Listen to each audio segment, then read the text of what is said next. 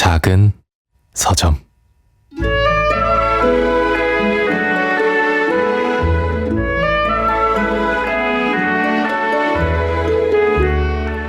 양파는 아주 곱게 다진다. 양파를 다지면서 눈물을 흘리고 싶지 않다면 자그마한 양파 조각을 머리 위에 얹는다.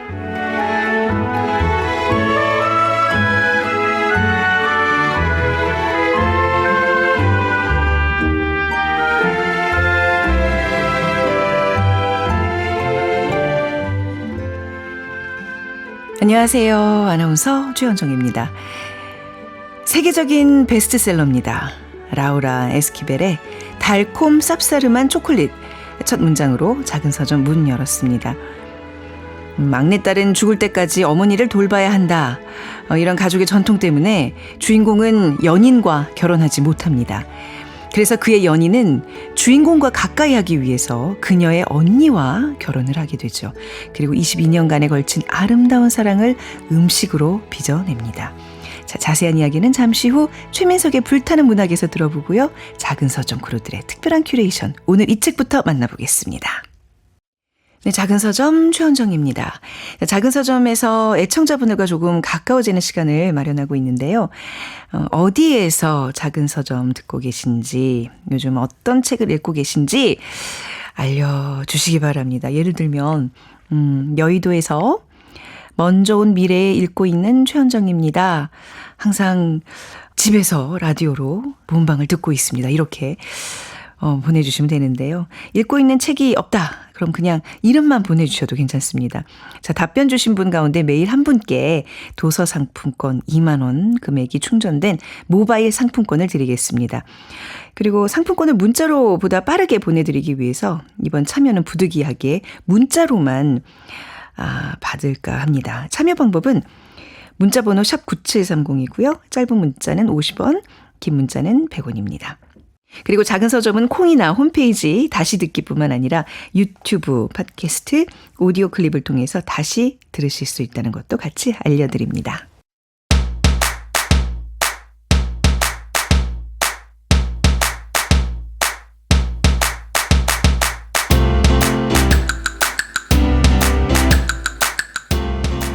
요즘 서점에는 어떤 책이 나오고 있을까? 그중에서 가장 읽고 싶은 책을 소개해드립니다. 작은 서점 크루들의 특별한 큐레이션, 오늘 이 책.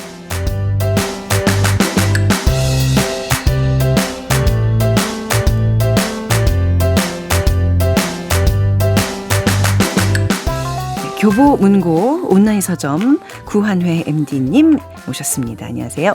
안녕하세요. 구한회 MD입니다. 네, 반갑습니다.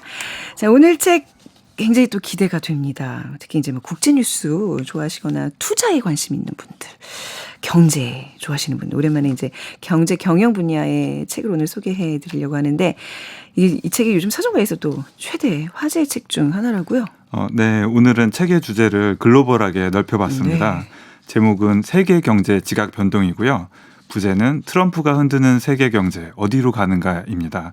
지난 1월 20일에 도널드 트럼프 공화당 후보가 제47대 미국 대통령으로 취임했고요. 불과 6개월밖에 안 지났는데 수많은 일들이 있었잖아요. 그렇죠. 예. 그만큼 트럼프 대통령의 발언 하나하나, 정책 하나하나가 큰 화제를 일으켰는데요. 네. 이에 대한 뜨거운 관심을 반영하듯 지난 6월 말 출간된 책인데요. 지금 경제 경영 분야 1위를 달리고 있습니다. 지금 트럼프 6개월밖에 안 됐다고 하면서 좀 너무 놀랐어요. 네. 몇 년 지난 것 같은데. 시간이 압축해서 흐른 것 같은 느낌입니다. 네. 근데 그 수많은 비즈니스 책 중에서 1위라니 참, 사실 이 저자를 저는 개인적으로 너무 잘 알거든요. 그 제가 알아서 뭐 이렇게 연관이 없이 우리 구한의 MD님께서 네. 예, 가져오신 책이에요. 맞습니다. 예. 그래서 네. 전 깜짝 놀랐어요. 이분 책이라니. 그래서 저자 소개 좀 부탁드릴게요. 네, 저자는 박종훈 전 KBS 경제 전문 기자입니다. 네. 책날개를 보면은 저자를 이렇게 소개하고 있습니다. 지난 28년간 국내외의 굵직한 경제 이슈와 경제사의 현장 속에서 함께 뛰어온 대한민국 대표 경제 전문가. 이 말에 공감하시는 분이 많을 겁니다. 그럼요. 저도 즐겨보는 분이고요. 네. 그리고 박종훈 저자는 2024년부터는 개인 유튜브 채널에서 다양한 글로벌 경제 이슈를 풀어주고 있습니다. 네. 또한 직접 출판사를 차려서 저서를 발표하고 있는데요. 아, 출판사를 직접 차렸어요? 네, 직접 오. 차리셨습니다. 그리고 오늘 가지고 온 네. 세계경제 지각변동은 두 번째 책이고요. 첫 번째 책이 그 트럼프 2.0 시대였거든요. 네. 네, 이 책이 작년에 출간되자마자 엄청난 화제가 되었습니다. 아, 그랬나요? 왜냐하면 책 판매가 시작된 날이요. 2024년 11월 6일이었기 때문입니다. 11월 6일이 무슨 날이죠? 무슨 특별한 날이었나? 바로 제47대 미국 대통령 선거일이었거든요. 선거일에 바로 출간을 했다고요? 네, 선거가 굉장히 오. 빠르게 트럼프가 압승이다 이렇게 결론이 근데 났거든요. 그거를 어떻게 알았죠? 보통 다들 반대로 좀 예상을 했었잖아요. 뭐 약간 의견이 많이 갈렸었죠. 네. 트럼프가 이긴다, 해리스가 이긴다. 그 직전까지만 해도 국내에서도 해리스에게 승산이 있다 네, 네. 이렇게 말한 사람이 많았거든요. 그런데 박종훈 저자는 한참 전에 뭐 여름부터라고 하는데요. 트럼프 당선을 확신을 했고요. 그래요? 네, 그래서 트럼프 정부 2기 우리는 어떻게 대응해야 할까 이런 주제로 책을 다 써놓고 네. 인쇄까지 다 끝나졌던 거예요. 와, 완전히 무슨 모험을 하셨네요, 이거는. 그만큼 자신이 있으셨던 것 같고 여담인데 네. 이 책을 인쇄하려고 하니까 인쇄소 사장님이 이거 아직 결과 안 나왔는데 글쎄. 진짜 이거 인쇄해도 되는 거냐고 네. 몇 번을 물어보셨다고 합니다. 가슴 떨려. 만약에 다른 결과가 나왔으면 이 책 다 어떻게 해요? 그렇죠. 제목을 어떻게 바꾸지? 아무튼 그거는 벌어지지 않은 일이니까 정말 쪽집게였군요. 그러면 이 책 그 트럼프 2.0 시대 판매가 많이 됐어요? 네, 당시 2024년 11월 월간 기준으로요. 경제경영 분야가 아니라 종합 베스트 6위에 올랐었습니다. 네. 그러니까 좀 어느 정도 이렇게 뭔가 통찰력이 있어야 베스트셀러 작가가 되는 것 같습니다. 그로부터 약 이제 6개월이 지난 후에 두 번째 책 세계 경제 지각 변동을 낸 거예요. 참 책도 부지런히 내네요. 네, 앞으로도 6개월에 한 번씩 내주시면 좋겠다 이런 생각이 들고요. 네. 그리고 이번 책은 제목에서 보듯이 트럼프라는 개인을 넘어서 미국 그리고 중국을 중심으로 세계 정치와 경제의 현안을 상세하게 들려주고 있습니다. 네. 이제 본격적인 내용 소개로 들어가면요. 2025년 상반기에 트럼프 대통령이 내린 정책과 결정 중에 하나만 고른다면 어떤 게 가장 먼저 떠오르세요? 너무 많은데 최근에 이제 이란 이스라엘 전쟁에 개입한 것도 있고, 근데 지금 가장 이슈가 되는 거는 관세 부과 이슈 아닌가요? 맞습니다. 네. 이 책이 총 4장으로 구성되어 있는데요. 그중 세 번째 장에서 트럼프의 관세 정책을 집중적으로 설명을 합니다. 지난 4월 2일이었죠. 트럼프 대통령이 전 세계 10% 보편 관세를 그리고 무역 적자국에는 상호 관세를 부과하겠다고 발표를 했습니다. 네. 특히 중국에는 145%까지 높은 관세를 부과하겠다 선언을 해서 눈길을 끌기도 했습니다. 그러니까 나라별로 그 관세 현황을 도표 네. 만들어가지고 흔들고, 네. 트럼프가 직접 설명하고 그랬잖아요. 근데 왜 트럼프는 이 취임하자마자 이 관세 카드를 꺼낸 걸까요? 관세가 외국에서 수입하는 제품에 부과하는 세금을 말하는 건데요. 그렇죠. 트럼프 대통령의 첫 번째 목적은 간단하게 말해서 관세를 늘리면 그만큼 세수가 늘어나잖아요. 그렇죠. 네. 그래서 추가 세수를 확보하겠다는 겁니다. 다음으로는 관세를 낮춰주겠다는 조건을 걸고 미국의 국채를 싼 이자로 떠넘기겠다는 계산이 있습니다. 약간 이건 거친 가정인데요. 예를 들면은 관세를 좀 내려줄게. 대신에 너는 국채를 사가라. 그러면서 돈을 달라. 하지만 나는 이자는 안 줄게. 이렇게 되면 말 그대로 그냥 공짜 돈이 늘어나는 거거든요. 네. 약간 실현 가능성은 많지는 않다고 저자는 진단을 하지만요. 네. 그리고 트럼프 관세 정책의 세 번째 목적이요. 미국 제조업의 부흥입니다. 제조업의 부흥? 네. 1980년대에 레이건 대통령이 이제 새로운 성장 동력으로 금융이랑 기술 산업을 밀어야겠다. 네. 그러면서 미국의 제조업이 하락을 하기 시작했거든요. 네. 게다가 90년대에 빌 클린턴 대통령이 중국을 WTO에 가입을 시키고 아예 생산 기지를 외국으로 다 옮기면서 몰락이 가속화되었던 제조업을 다시 살리겠다는 거예요. 그러니까 이미 미국의 제조업은 40년 동안 이제 약화되는 과정을 거친 건데 이거를 다시 뒤늦게 부활시키려다? 무슨 의도가 있는 건가요? 저도 그게 굉장히 궁금해서 책을 한번 자세히 읽어봤는데요. 예. 우선 미국이 지금 중국과 패권 다툼이 격화되고 있잖아요. 네. 그래서 미국으로서는 만에 하나 대규모 무력 충돌이 일어나는 상황도 가정을 하긴 해야 합니다. 네. 그런데 전쟁에서는 무기도 중요한데 무기가 중요한데 무기의 성능만큼 무기의 생산 능력이 굉장히 중요하거든요. 네. 아무리 좋은 무기를 가지고 있어도 빨리 만들어야지 쓸 수가 그렇죠. 있으니까요. 그런데 중국이 지금의 성장 추세를 유지하면은 네. 2030년대에는 전 세계 제조업 생산량 중에 45%를 차지한다고 합니다. 네. 근데 미국은 우방 국가까지 다 합쳐도 훨씬 생산력이 뒤처지게 되거든요. 게다가 미국하면 최첨단 무기 떠오르잖아요. 네. 근데 그 속에 들어가 있는 부품과 예, 그렇죠. 전자장치는 중국제가 많대요. 그래서 더욱더 살리려고 하는 거고 네. 제조업을 끝으로 제조업을 부흥시켜서 네. 그 질 좋은 일자리를 더 많이 만든 다음에 중산층의 지지를 얻어보겠다. 네. 이런 목적도 깔려 있다고 합니다. 단순한 제조업이 아니라 이제 방산에 방점이 찍히는 그 제조업이라고 부분도 중요하게 들어가는 부분이죠. 그렇군요. 그러니까 세수도 확보하고 국채도 팔고 제조업도 살리고 그러니까 관세 정책을 펼치는 정말 다양한 이유들을 엿볼 수 있습니다. 근데 이게 너무 한꺼번에 뭐 정말 여러 마리 토끼를 한꺼번에 잡으려는 건데 그 박종훈 기자는 이 관세 정책의 효과를 어떻게 전망하고 있나요? 우리 쪽집게 우리 박종훈 기자께서는 비유적으로 네. 말하면 그 만병통치약은 없다 이런 그 뜻인데요. 한마디로 트럼프 대통령의 뜻대로 되지는 않을 거라고 하는 겁니다. 네. 우선 아까 세수 확보 말씀드렸잖아요. 관세를 대폭 올리면 관세율은 올라도 네. 다른 나라들이 나 그냥 장사 안 해 하고 그럴 수도 있으니까 네. 전체 무역 규모는 이게 줄어들어 버려서 총 관세 수입은 크게 늘지 않을 수도 있습니다. 네. 그리고 제조업을 살리는 것도 여간 어려운 일이 아닌데요. 트럼프 대통령이 관세를 높인 건 이제 외국 기업이 공장을 미국에 직접 짓고 생산을 하라 이런 네, 뜻이거든요. 근데 미국이 생산 비용이 굉장히 높아요. 네. 쉽게 말하면 생산 설비를 짓는 비용도 높고 네. 인건비도 높고. 그렇죠. 네. 작업보다 몇 배는 높거든요. 네. 그러니까 가서 진출해서 해봐야 이익이 많이 안 나니까 해외 기업들이 아예 미국 진출을 포기할 수도 있다는 거예요. 네.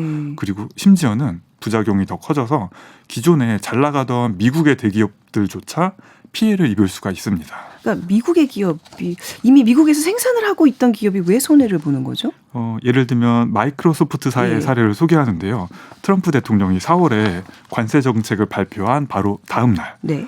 마이크로소프트가 이제 원래 계획했었던 인공지능 관련 데이터 센터를 짓는 것을 중단을 하거나 연기하겠다고 발표를 했습니다. 네. 왜냐하면 아까 첨단 무기처럼 이 대규모 센터에는 뭐 반도체, 네트워크 이런 각종 장비가 들어가거든요. 그렇죠. 근데 이런 네. 장비들이 한국, 네. 중국, 베트남 이런 데서 수입을 해왔는데 네. 우리나라 대통령이 관세를 붙여가지고 네. 그 부품과 그 장비가 가격이 다 올라가게 올라가게 되거든요. 되죠. 네. 그럼 전체 공사비가 치솟게 됩니다. 음. 그래서 마이크로소프트 말고도 아마존, 뭐 페이스북 아. 이런 기업들도 데이터 센터 지금 지어야 되나 좀 이따가 지어야 될까 이렇게 연기를 검토하고 네. 있다고 합니다. 그러니까 이 제조업을 살린다고 택한 이 정책들이 지금 관세 정책이 결국 첨단 산업의 발전을 저해한다는 거잖아요. 이거 좀 뭔가 역설? 뭔가 잘못돼 가고 있다는 느낌이 좀 드는데요. 약간 역효과라고 할 수 네. 있는데 이것뿐만 아니라 트럼프 대통령의 관세 정책이 부작용이 굉장히 많을 거라고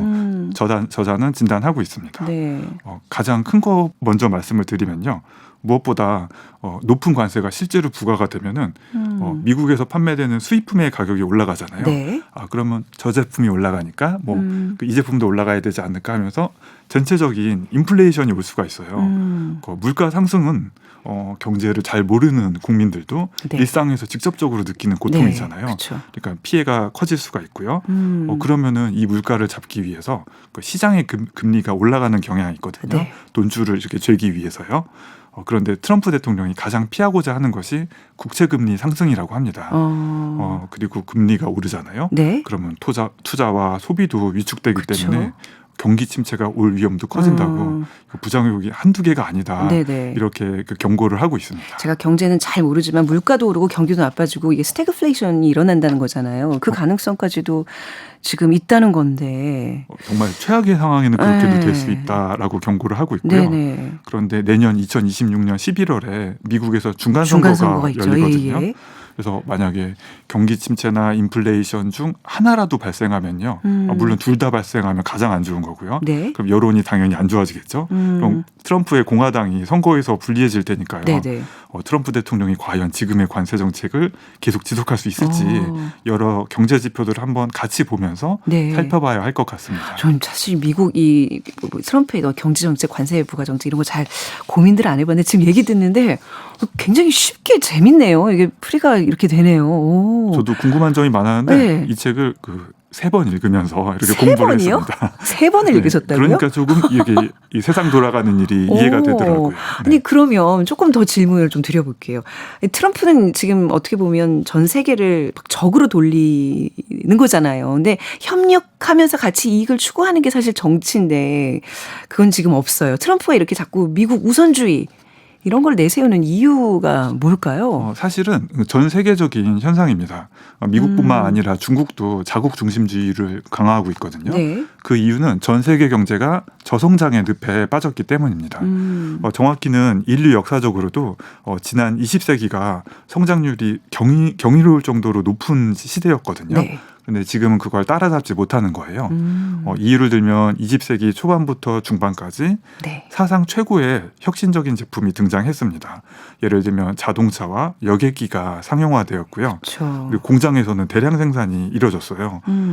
이에 반해서 지금은 새로운 기술을 내놓아서 네. 생산성을 끌어올리기에는 한계가 있는 상황입니다. 그렇지만 지금 또 다른 그 어떤 새로운 기술이라고 할 수 있는 AI가 있잖아요. AI가 좀 어떤 치트키가 돼서 생산성을 좀 높이는데 좀 견인 역할을 하지 않을까요? 저도 이게 게임을 네. 바꿀 수 있지 않을까 네네네, 생각을 그렇죠. 했는데 그게 아니라는 거예요. 왜냐하면은 AI는 방금 제가 자동차, 제트 비행기 이런 걸 말씀드렸는데요. 네. 그리고 전보도 굉장히 중요했고요. 근데 이런 기술들은 한번 도입이 되면은 전체 산업이 폭넓게 누릴 수 있었거든요. 네. 그런데 AI는 다릅니다. 워낙 최첨단 산업이니까 네. 소수의 기술만 거대 기술 기업만 이익을 봅니다. 게다가 AI는 발전하면 발전할수록 인간의 일자리를 줄이게 되거든요. 네. 이에 더해서 지금 전 세계적으로 그 인구가 줄어들고 있습니다. 우리나라뿐만 아니라 인구 감소가 전체 세계적인 문제가 되고 있거든요.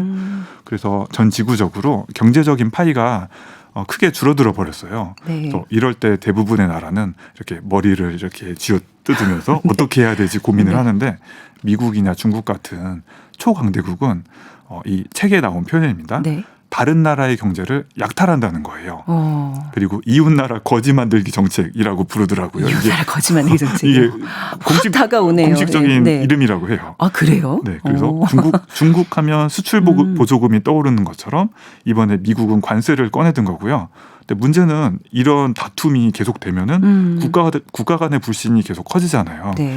그러니까 세계 경제의 하락 또한 장기화될 가능성이 크다. 이렇게 저자는 우려를 하고 있습니다. AI가 결코 세계 경제 그 저성장의 대안이 될 수 없다. 이제 풍요의 시대는 끝났다라는 건데 앞으로도 이 세계 질서 혼란이 좀 지속될 가능성이 커 보이네요. 맞습니다. 이 네 번째 장이 네. 재편되는 세계 질서거든요. 제목이요. 근데 미국, 중국, 러시아와 같은 강대국들이 충돌하면서 네. 어떤 정치, 경제 격변이 일어나는지 생생하게 묘사를 합니다. 소개하는 일화들이 다 흥미로운데요. 최근에 있었던 네. 이란 이스라엘 전쟁이 왜 일어났는지 오. 그리고 트럼프는 자꾸 그린란드 달라고 하잖아요. 네네. 그거 왜 달라고 하는 건지 왜 탐을 내는 건지 그리고 중국은 왜 인구가 줄고 있는지 다양한 국제 이슈에 대한 궁금증이 읽다 보면은 자연스럽게 해소가 됩니다. 네. 굉장히 읽는 재미가 상당한 책이고요. 인상적이었던 부분이 굉장히 많은데 약간 소개를 다 못해드려서 아쉬울 정도거든요. 한번 경제든 정치든 국제 뉴스든 관심이 있는 분들이시라면 네. 한번 꼭 읽어보시기를 추천해드립니다. 아니 저희 이 코너 나올 때마다 이렇게 책을 여러 번 읽고 정리해서 나오시나요? 한 번만 읽는 책도 있는데 저도 약간 좀 경제 지식이 오. 좀 더 쌓아야 되는 입장이다 네. 보니까 이 책은 좀 반복해서 여러 번 읽었습니다. 이렇게 일목요연하게 정리를 잘해 오셔가지고 전 지금 제 머릿속에 콕콕 지금 박혔거든요. 정말 덕분에 똑똑해진 기분이었습니다. 아니 감사합니다. 또 매번 책과 네. 함께 또 음악 골라오시잖아요. 오늘 어떤 곡 떠올리셨나요? 이 책을 읽다가 떠오른 노래는요. 네. 가장 미국적인 뮤지션이 브루스 스프링스턴이거든요. 네. 스프링스틴의 본투런 준비해봤는데요. 네. 이 뮤지션이 미국의 현실을 가장 가까이에서 현실적으로 직시했던 그 가수였는데요. 참고로 트럼프 대통령하고 사이는 그렇게 좋지는 않다고 하더라고요. 빨리 화해하시기를 바라겠습니다. 네, 브루스 스프링스턴의 Born to Run. 네, 이거 끝곡으로 저희가 준비하겠습니다. 자, 박종훈 경제 전문 기자의 세계 경제 지각 변동 소개해드렸습니다. 관심 있는 분들 꼭 한번 읽어보시길 바라고요. 자, 이 노래 들으면서 고한의 MD와는 인사 나누도록 하겠습니다. 감사합니다. 네, 감사합니다.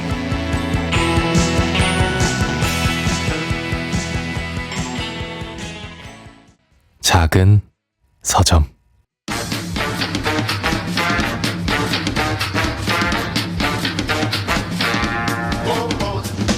최민석의 불타는 문학.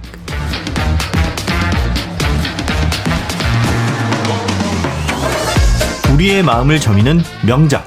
오랜 시간 살아 숨쉬며 여전히 불타오르는 명작. 앞으로 그런 명작이 될 거라 여겨지는 작품까지. 최민석 작가가 아끼는 명작 이야기 작은 서점에서 풀어봅니다. 자, 소설가 최민석의 불타는 문학.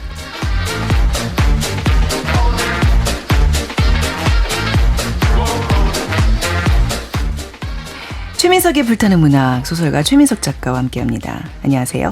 안녕하세요. 여름이라서 늘 지쳐서 온몸에 당이 떨어진 최민석입니다. 너무 힘들죠? 네. 그래서 오늘 네.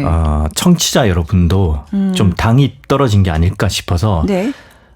일단 제목에 달달한 초콜릿이 들어간 그런 작품 골라왔습니다. 우리 좀 전에 저 방송 직전에 초코 같은 빵 하나씩 먹었잖아요. 그렇죠. 지금도 사실 돼요?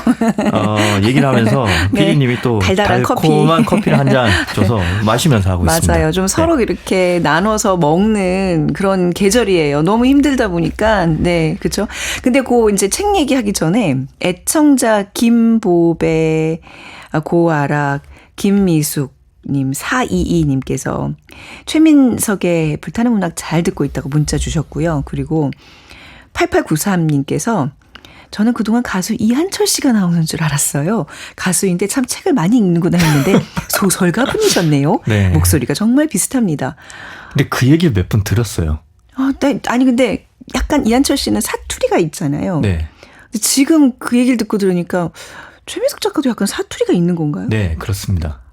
그래서 그런지 그 얘기를 꽤 여러 번 들었습니다. 네. 그동안 고향이 어디냐고 물어본 적이 없네요, 제가. 라스베가스요.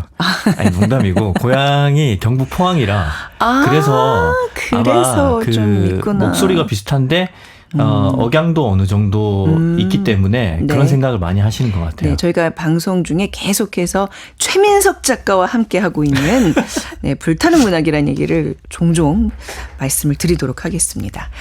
자, 오늘의 책 소개해 주시죠. 네, 오늘은 라우라 에스키벨의 달콤 쌉싸름한 초콜릿. 여러분이 당이 떨어졌을까봐 네. 준비해왔습니다. 저 개인적으로 이런 책 선정해 주시면 이거 준비하면서 너무 마음이 설레요. 그러니까 처음 접한 책인데 진짜 일요일 오후 내내 이 책을 들고 다니면서 뭐 이북이긴 했지만 저는 정말 아무것도 못했어요. 막 심지어 이제 시댁과 어떤 그 저녁 모임이 있는데 이 책 때문에 약속도 늦었어요. 제가 막 끝나려고 그러는데 자꾸 가자 그래가지고 좀만 더 기다려줘. 몇 장 안 남았어. 하고 끝까지 정말 몰아서 읽게 되는 그런 흡입력 있는 책?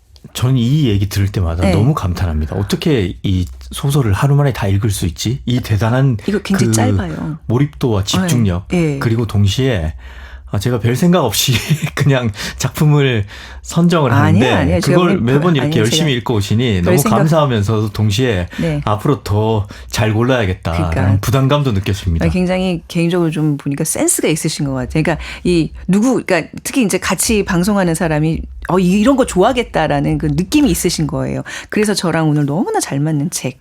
여러분도 좀 즐겁게 들으셨으면 좋겠습니다. 라우라 에스키벨은 어떤 작가인가요? 네, 라우라 에스키벨은 원래는 교사였습니다. 그래서 어느 날 학교에서 아동극을 올리려고 하는데 뭐 올릴 만한 그런 대본이 없었던 거예요. 네. 그래서 본인이 직접 한번 써봅니다. 한번 써보니까 쓸만한 것 같아서 그 뒤로 아예 작가로 전업을 했죠.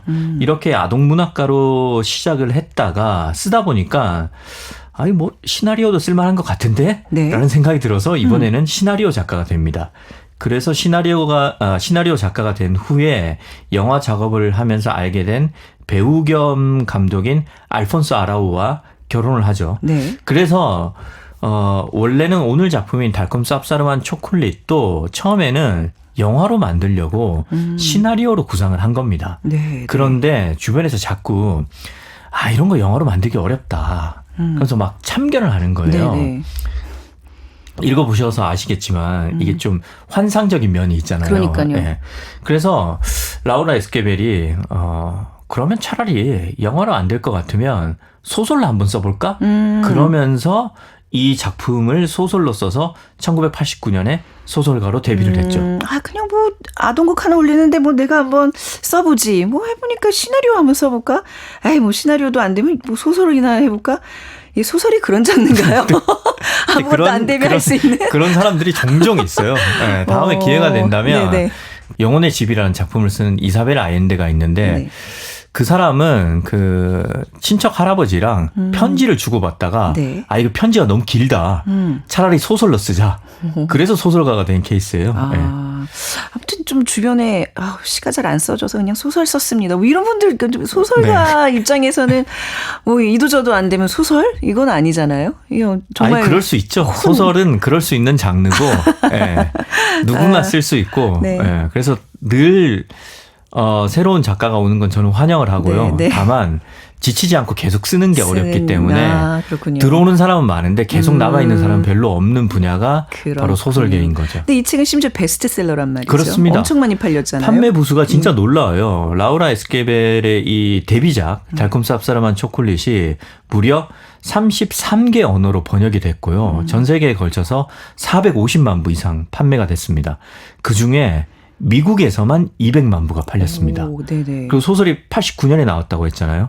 그리고 불과 3년 후에 영화화가 되기도 했습니다. 네, 영화로도 있더라고요. 예, 책. 이때 작가가 직접 시나리오 작업을 했고요. 네.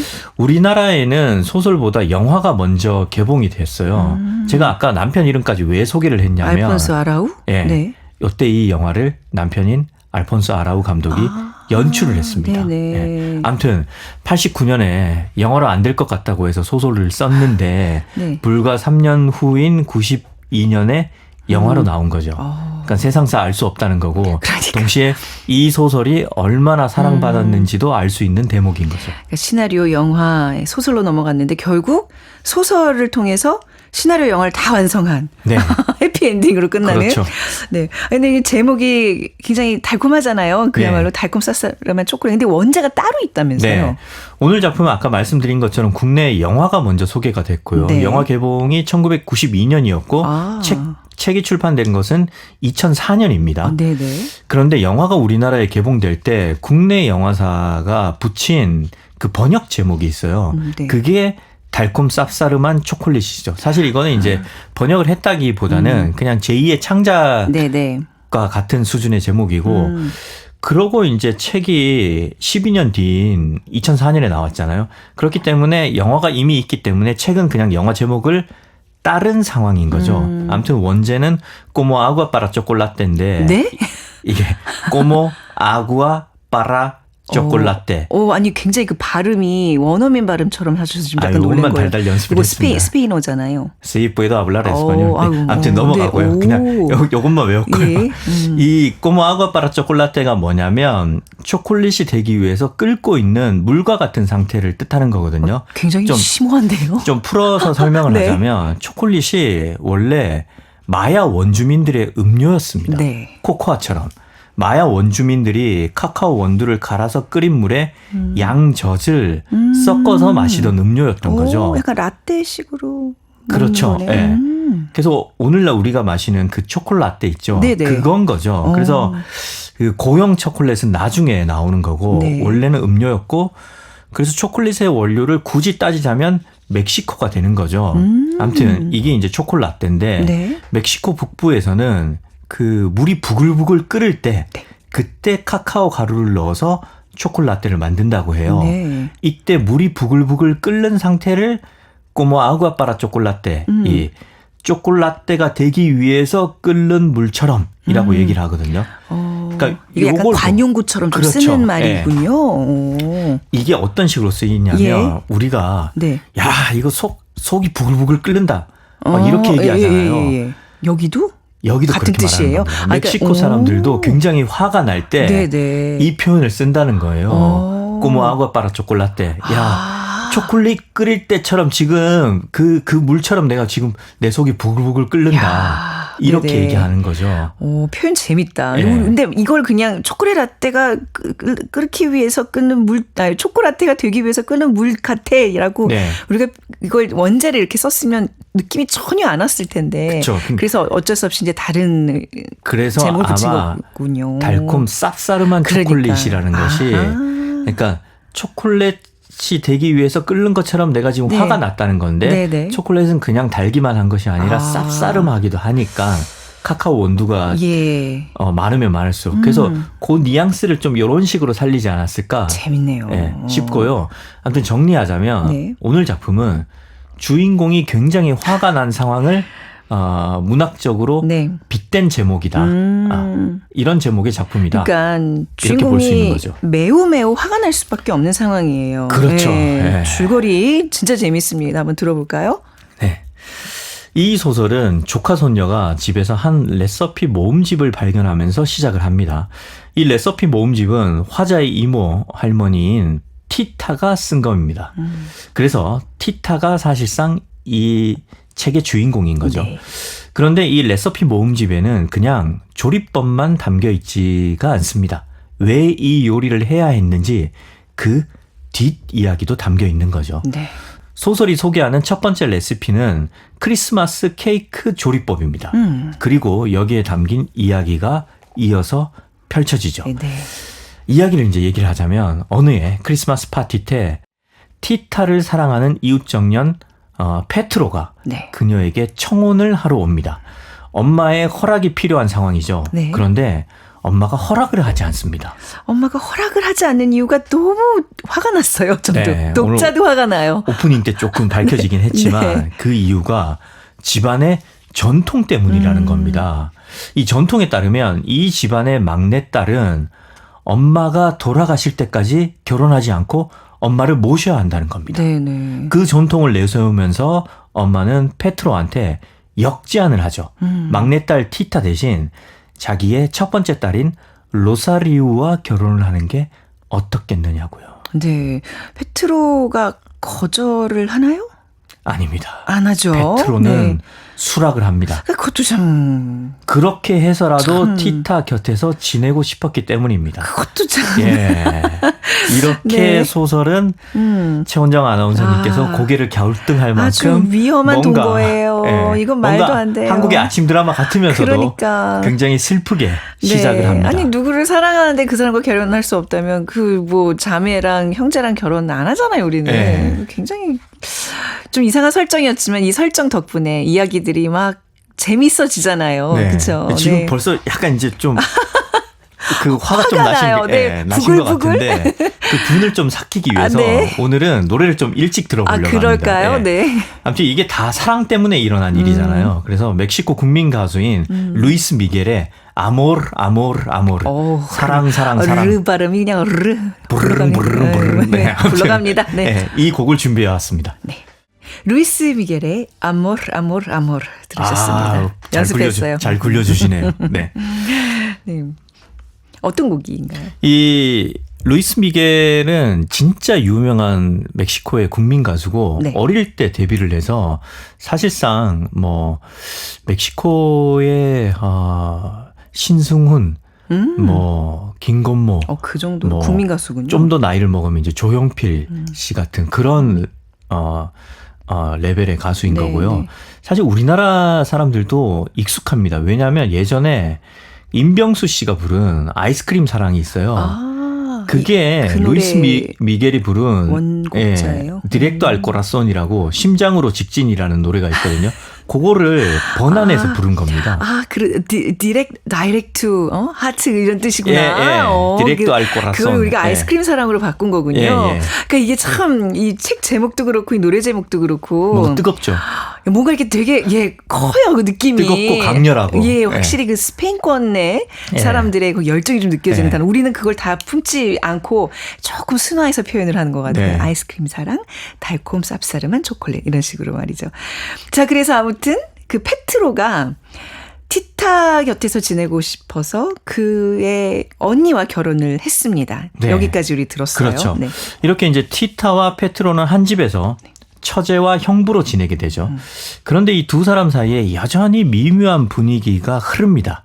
이걸 이제 어머니가 느끼고 그 첫째 딸 부부를 먼 곳으로 네. 아예 보내버립니다. 어머니가 엄청 견제하잖아요. 네. 근데 둘이 그래도 사랑하는 사이인데 이렇게 또 떨어뜨려 놓으면 절망을 했겠네요.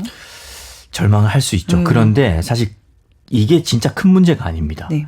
이 티타는 언니와 페트로 사이에서 태어난 조카를 친자식처럼 아꼈거든요. 네. 그런데 언니 부부가 떠나는 도중에 이 조카가 죽어버린 겁니다. 그러니까 이 티타가 젖을 먹이면서 조카를 네. 키웠잖아. 이것도 좀 말도 안 되는 설정이긴 네. 하지만 네. 그래서 이제 티타가 이성을 잃어버리죠. 예, 예. 이제 티타는 어떻게 살아야 할지 모른 채 절망을 합니다.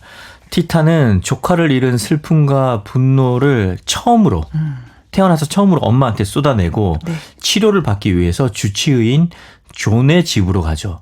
그리고 주치의인 존의 집에서 티타는 어머니에게서 벗어난 해방감을 느끼면서 네. 서서히 건강을 되찾습니다. 네, 네. 그리고 존이 티타를 굉장히 헌신적으로 맞아요. 아껴줄 뿐만 아니라 굉장히 사랑을 해요. 사랑하죠. 그래서 존과의 결혼까지 약속을 하죠. 저는 그 사랑 굉장히 찬성했어요. 그래 티타 이렇게 착하고 너를 사랑해주는 남자로 만나서 네. 정착해 막 속으로 막 응원했거든요. 네. 많은 독자들이 그래요. 네. 그런데 자 여기까지. 자, 이렇게 흘러가다가 네. 존과 결혼을 할 것 같은데 그 와중에 어머니가 돌아가십니다.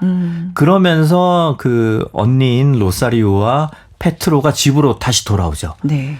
그러자 티타 마음이 또 한 번 흔들립니다. 아, 네네. 그리고 이걸 눈치채고 존은 당신이 어떠한 선택을 하든지 나는 존중하겠다. 이렇게 말을 하고 한 발짝 물러서죠. 진짜 사랑하는 거예요. 네. 그렇죠. 정말 대인배고.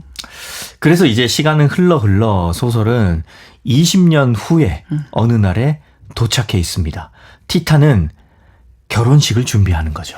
자신의 결혼식을 준비를 하는 거죠. 아닙니다. 페트로와 언니 로사리오가 낳은 딸 에스페란사 그리고 존의 아들인 알렉스 이 두 사람의 결혼식을 준비를 합니다. 네. 티타는 이때까지 결혼을 못하고 있어요. 계속 결혼도 못합니다.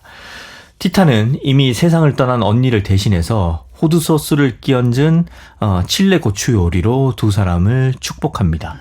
그리고 티타의 음식을 먹은 하객들이 모두 사랑으로 불타올라 흩어진 그날 밤 티타와 페트로는 네. 마침내 네. 누구의 방해도 없이 함께 시간을 보냅니다. 그 험난했던 과정들을 모두 극복하고 둘이 이제 함께 되는 거예요. 네. 그리고 그날 밤 이 둘의 사랑이 어찌나 뜨거웠던지 네. 이 두 사람의 방에서 시작된 사랑의 불이 네. 집과 농장을 모두 태워버립니다. 굉장히 급작스러운 전개에 깜짝 놀랐습니다. 이게 그러니까 지금도 아까 어떻게 임신을 하지 않은 네. 처녀가 아기한테 조카 젖을 젖먹이고, 먹이고 네. 뭐 둘이 사랑을 하는데 그 사랑의 불 때문에 집이 불타냐 네. 이게 당황스러울 수 있지만 이런 걸 마술적 리얼리즘이라고 하거든요. 마술적 리얼리즘이요. 예. 그러니까 기본적으로는 리얼리즘, 사실주의로 전개가 되다가 네. 아주 극적인 장면에서는 작가가 강조하고 싶은 바를 굉장히 강조를 해서 환상적으로 서술을 하는 거죠. 이 백년의 고독에서 네네네. 시작이 된 거고요. 그 백년의 고독이 콜롬비아 소설이잖아요. 그쵸, 그래서 네. 중남미에서는 이 마술적 사실주의로 쓰는 일종의 자기들만의 그 전통 같은 것이 있습니다. 장르로 또 이렇게 있군요. 그래서 지금 줄거리를 들으면서도 네네. 당황하셨을 수 있는데 엄청 당황했습니다. 소설을 읽다 보면 갑자기 왜 이러는 거지 싶은 장면들이 꽤 나와요. 네. 이게 중남미 소설의 특징이다. 아하. 그냥 이렇게 이해하시면 되겠습니다. 예. 아무튼 그래서 이 결혼식의 신부인 에스페란사가 신혼여행에서 돌아왔을 때 모두 다 타버렸잖아요. 네. 그 잿더미 속에서 유일하게 남아있던 게 바로 이 티타 할머니의 요리책이었습니다. 그리고 화자는 떠올리죠. 네. 엄마인 에스페란사가 세상을 떠난 지금 나는 물려받은 이 책을 보며 크리스마스 파이를 만들고 있습니다. 그런데 왜 이 파이는 엄마가 만들어준 맛이 안 나는지 모르겠습니다. 네. 그러니까 이 소설이 그리고 굉장히 그 형식 해석들이 굉장히 독특해요. 그렇죠. 네. 지금 네. 줄거리 들으시면 뭔가 되게 어질어질할 거예요. 이게 네. 왜 그러냐면 네. 한 챕터마다 한 네. 요리의 조리법이 나오고 네, 네. 그 조리를 할 때의 상황이 서사로 펼쳐지거든요. 굉장히 정색하면서 레시피를 쓰잖아요. 네. 뭐 몇 티스푼, 뭐 몇 그램 그렇죠. 해가지고. 그래서 이게 뭐지? 이 진짜 책이 뭐지? 했거든요. 그 각 챕터의 첫 장은 네. 그냥 요리책이에요. 네, 네, 그래서 네. 1장이 1월, 2장이 2월, 3장이 3월 이런 식으로 총 그 12챕터가 있는데 이런 식으로 한 달에 하나의 조리법을 소개하면서 그 네. 요리를 해야 할 때 티타가 처했던 인생 스토리를 들려주는 거죠. 네. 그렇다고 해서 이게 1년에 걸친 이야기는 아닙니다. 무려 20년에 걸친 이야기인 거죠. 그렇죠. 네, 네. 그래서 작가가 편집을 하듯이 등장인물이 보낸 20년의 세월 중에서 중요하다고 생각하는 그 월만 뽑아서 써낸 이야기예요. 그런데 일요일에 하루 만에 다 읽으셨듯이 네. 책이 굉장히 얇아요. 그래서 이야기가 엄청나게 빨리 전개가 됩니다. 맞습니다. 네. 한눈 팔새가 없습니다. 이 시부모님들을 앞에 두고도 자꾸 네. 이야기가 떠올릴 만큼 네, 네. 한눈 팔새가 없고요. 네. 그래서 몇 장 읽다 보면 한 챕터가 끝나버리고 또 몇 년이 지나가 버려요. 그래서 굉장히 집중해서 읽어야 하고 그만큼 독자의 눈과 신경을 완전히 붙들어매는 네. 굉장히 흥미진진한 책이라고 볼 수 있는 맞아요. 거죠. 그 마술적 리얼리즘이라고 하셨는데 그 네. 약간 허풍스러운 그런 이야기들이 뭐 예를 들면 그런 거잖아요. 정말 사랑의 슬픔으로 이제 눈물을 뚝뚝 흘리면서 장미꽃잎 을 끼얹은 메추리 요리를 만드는데 그 요리 먹고 다들 약간 최음제처럼 다 네. 이상해져가지고 심지어 그 여자 형제 하나는 옷을 벌거벗고 다 뛰어다니고 그러다가 네. 어떤 남자를 만나서 그렇죠. 또 이제 슬퍼서 네. 슬픔을 달래기 위해서 담요를 짜는데 네. 그 담요 길이가 1km가 넘습니다. 네. 아, 그리고 후반부에 이제 주인공이 네. 그 이제 스스로 생을 마감하려고 성냥을 하나 둘씩 삼키는데 맞아요. 성냥을 먹죠. 네, 성냥을 삼키는데 이때 주인공이 지난 생을 반추하면서 갑자기 그 뜨거웠던 과거의 그 사랑의 추억을 떠올리니까 네. 성냥이 이미 몸속에 들어가 있는데도 불구하고 네네. 몸 안에서 불이 붙어버려요. 네네. 대충 이런 식인 겁니다. 그러니까 뭐 호두 소스를 얹은 그 칠레 고추 요리 이제 맨 마지막 결혼식 때 네. 만들어서 먹었더니 그 모든 동네 사람들이 다 사랑을 나누고 있고. 네, 그렇죠. 그래서 이 네. 라우라 에스케벨이 예. 100년의 고독을 쓴 가브리엘 가르시아 마르케스의 네. 정말 대단한 팬이라고 해요. 아. 그래서 자기도 마술적 리얼리즘을 네. 추구해서 소설을 쓴 거고 심지어 이 100년의 고독을 너무나 좋아해서 네. 2002년에는 100년의 고독을 영화화하는 시나리오 작업도 했습니다. 아, 그랬군요. 근데 참고로 지금 그 여러분이 즐겨 보시는 네. OTT 네. 거기에 나오는 100년의 거기 고독. 땡플릭스에 나오는 영화 100년의 있죠. 고독은 네. 이 라우라 에스케벨이 작업한 버전의 영화는 아닙니다. 아니고. 그때는 이제 영화가 영화가 되지는 않았고 네. 여러 단계를 거쳐서 지금 개봉된 작품은 다른 작가가 쓴 작품입니다. 네. 이 책에 정말 뭐 너무나 재밌고 눈을 뗄 수도 없고 손에서 계속 읽게 되는 그런 책인데 최민석 작가가 생각하는 가장 큰 장점 뭐라고 생각하세요? 저는 이 책은 일단은 마술적 리얼리즘이 정말 허풍스러우면서도 그게 묘하게 납득할 만한 재미를 선사하는 허풍이라서 네. 좋았고요. 네. 사실 그 전개의 속도가 굉장히 빠르잖아요.